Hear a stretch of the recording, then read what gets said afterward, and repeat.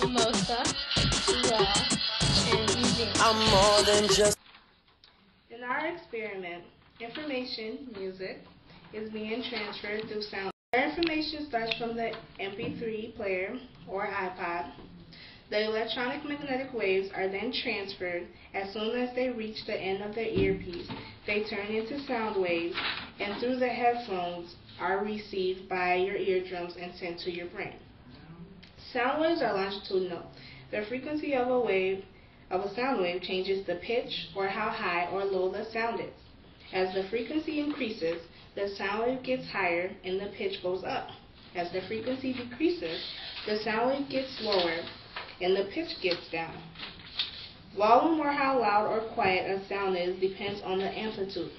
The larger the wave, the greater the energy.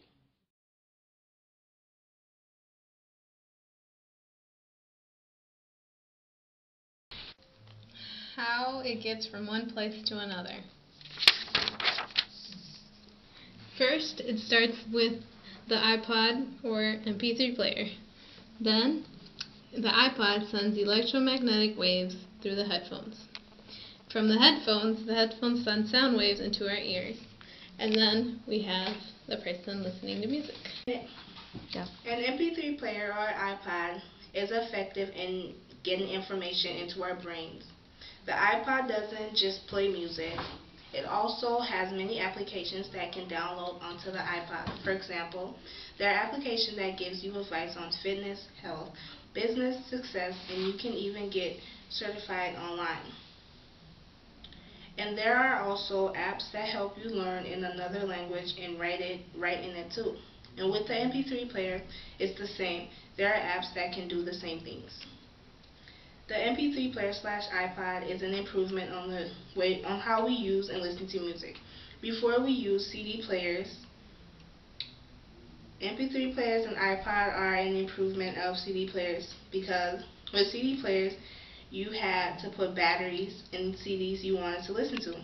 Also, they were much bigger in MP3 player and iPods. With an iPod MP3 player, you don't need battery or CDs. You don't have to change the CD every time you want to listen to a different song. Also with CDs, you can play a game or have apps.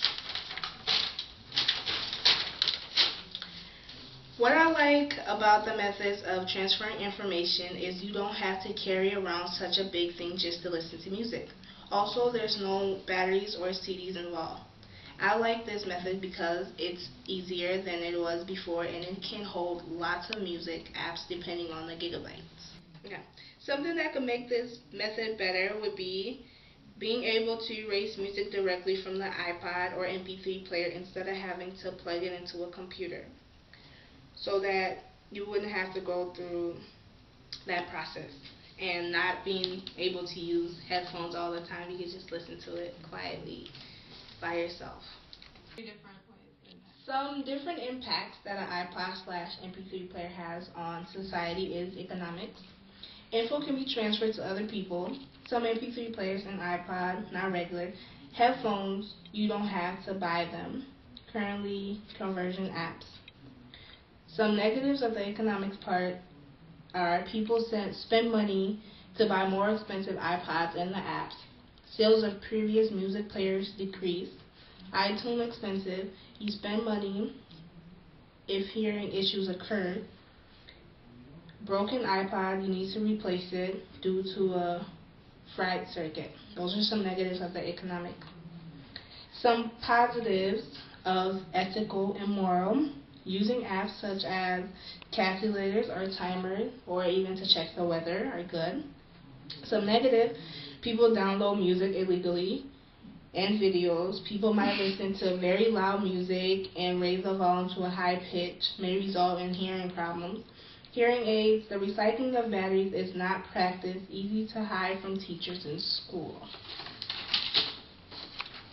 Some social aspects that are very positive is it's easy to access the internet and media, so people are more in touch with what's happening in a society around the globe. They can watch the news, they can go on Facebook.